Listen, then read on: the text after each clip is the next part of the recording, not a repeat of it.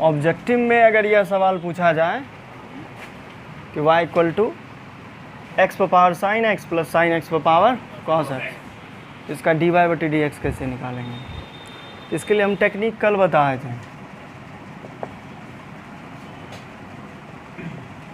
dy बटे d x, ठीक,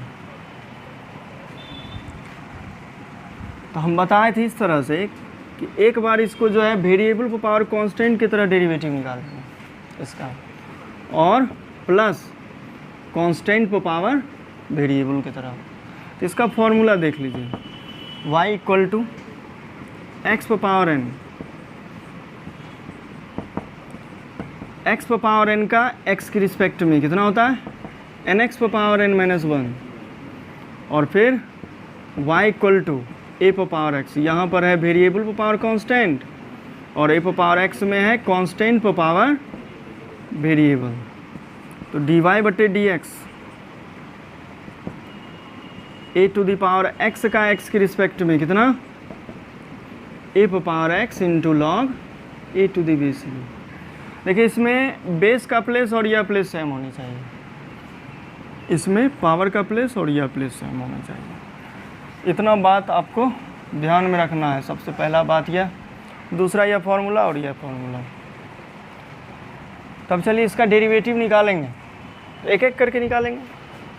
पहले इसका निकालते हैं, कैसे, तो इसका निकालेंगे तो पहले इस तरह से पूरा, जब आप डेरिवेटिव लिखिएगा तो इतना तो लिखिएगा नहीं जी, एक्स पर power sine x plus sign x पर पावर कॉस एक्स, इसका x की रिस्पेक्ट में डेरिवेटिव ऑफ x पर पावर साइन एक्स x की रिस्पेक्ट में plus derivative of sine x पर पावर कॉस एक्स, इसका x की रिस्पेक्ट में। यह तो लिखना नहीं पड़ेगा। अब इसके लिए निकाल रहे हैं तो देखिएगा, दो बार इसका डेरिवेटिव लिखना है। कैसे, तो एक बार वेरिएबल पावर कांस्टेंट ध्यान में रखकर और प्लस कांस्टेंट पर पावर वेरिएबल कर। तो चलिए, अगर बेस को वेरिएबल मानते हैं, पावर कांस्टेंट मानते हैं, ठीक है ना, ध्यान से सुनिएगा। अगर बेस को वेरिएबल मानते हैं, पावर कांस्टेंट मानते हैं, साइन एक्स कांस्टेंट की तरह चलेगा, तो फिर इसका डेरिवेटिव क्या होगा, तो बेस का प्लेस कहता है यह सेम होना चाहिए, तो सेम तो है ही ना, हमको पावर से कोई मतलब नहीं है कि इसको कांस्टेंट एज्यूम कर लिया। तब बताइए क्या हो जाएगा, n के प्लेस पर क्या है, साइन एक्स इंटू बेस पर पावर n माइनस 1, ठीक है, प्लस में। अब दूसरा बात है कांस्टेंट पर पावर वेरिएबल की तरफ।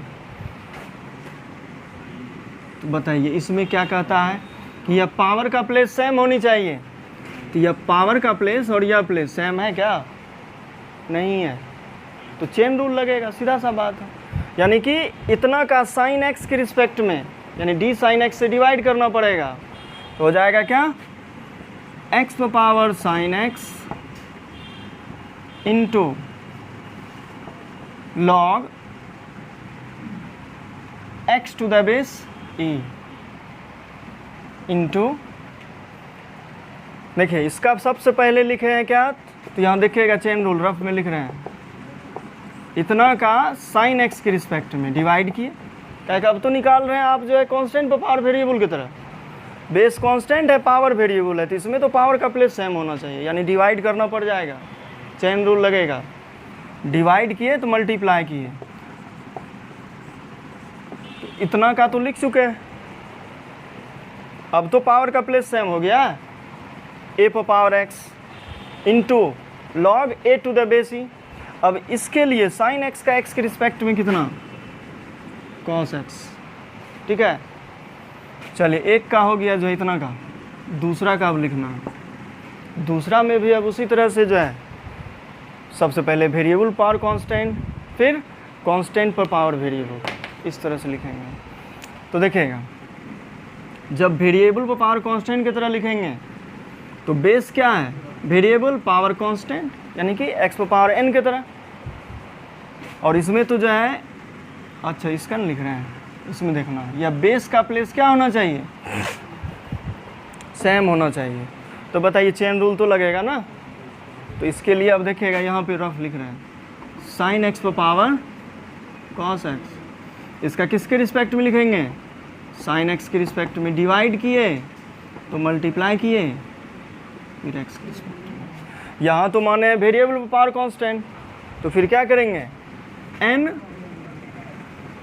बेस पर पावर n-1। बात मत कीजिए, ध्यान से सुनिए, फिर से हम रिपीट करेंगे। पहले हमको एक बार लिखे तो दीजिए और दिमाग लगाइए। जो है टफ तो है इस तरह से लिखना, एक लाइन में सोच रहे हैं आंसर लिखने, इतना जल्दी हो जाता है, थोड़ी आपको प्रैक्टिस करना पड़ता है। तो इसके लिए क्या है जो है n बेस पर पावर n-1 लिख दिए x पर पावर n की तरह। फिर साइन x का x के रिस्पेक्ट में cos x। एक टर्म और लिखा आएगा क्या? तो कांस्टेंट पर पावर वेरिएबल की तरह। और इसमें क्या ध्यान में रखना है कि यह पावर का प्लेस सेम होना चाहिए। यह प्लेस सेम तो नहीं दिखा, सेम नहीं दिखा तो इसका मतलब चेन रूल लगेगा। चलिए इसके लिए भी चेन रूल हम लिख देते हैं। साइन एक्स पर पावर कॉस एक्स, इसका किसके रिस्पेक्ट में? तो पावर का प्लेस से डिवाइड कर दिए, मल्टीप्लाई किए इसका एक्स के रिस्पेक्ट में। और इसके लिए फॉर्मूला क्या हो जाता है? तो ए पर पावर एक्स पूरा लिख देते हैं, यानी कि यह साइन एक्स पर पावर कॉस एक्स। अगर आपका प्रैक्टिस हो जाएगा ना तो कुछ नहीं, हम आपको समझाने के लिए ऐसा कर रहे हैं, ये तो तुरंत लिख देते। साइन एक्स पर power cos x into log base क्या है? Sine x to the base e into cos x का कितना? Minus sine x. अब इस आंसर को देख लीजिए, इस आंसर को दोनों सेम दिखेगा। हाँ, सिंप्लीफाई करना पड़ेगा, है तो सेम है ना, बराबर तो आएगा ही ना। देखिए कैसे, खाली करना क्या है कि साइन एक्स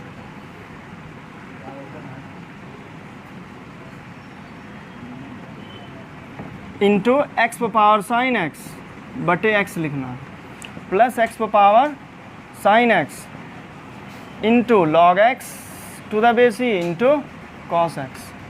इसमें से देखिएगा प्लस कॉस एक्स, इसी को खाली लिखना पड़ जाता है। साइन एक्स पर पावर कॉस एक्स बटे साइन एक्स, एक पावर -1 है, इंटू कॉस एक्स। और यहाँ से ऐसे ही लिखना, प्लस माइनस माइनस तो माइनस लिख देंगे, sine x into sine x पर power cos x into log of sine x to the base e. X पर पावर साइन एक्स कॉमन ले लिए, बच गया कितना? साइन एक्स बटे एक्स। और यहाँ क्या बचा? Plus cos x into log x to the base e. ज़रा देखिए ये आया है कि नहीं? प्लस इस दोनों में जो है साइन एक्स पर power cos x, cos x बटे साइन एक्स, कॉट एक्स हो जाएगा और एक कॉस एक्स, तो क्या बचेगा? Cot x into cos x minus sine x into log sine x to the base e. बताइए इतना है कि नहीं है? ठीक है।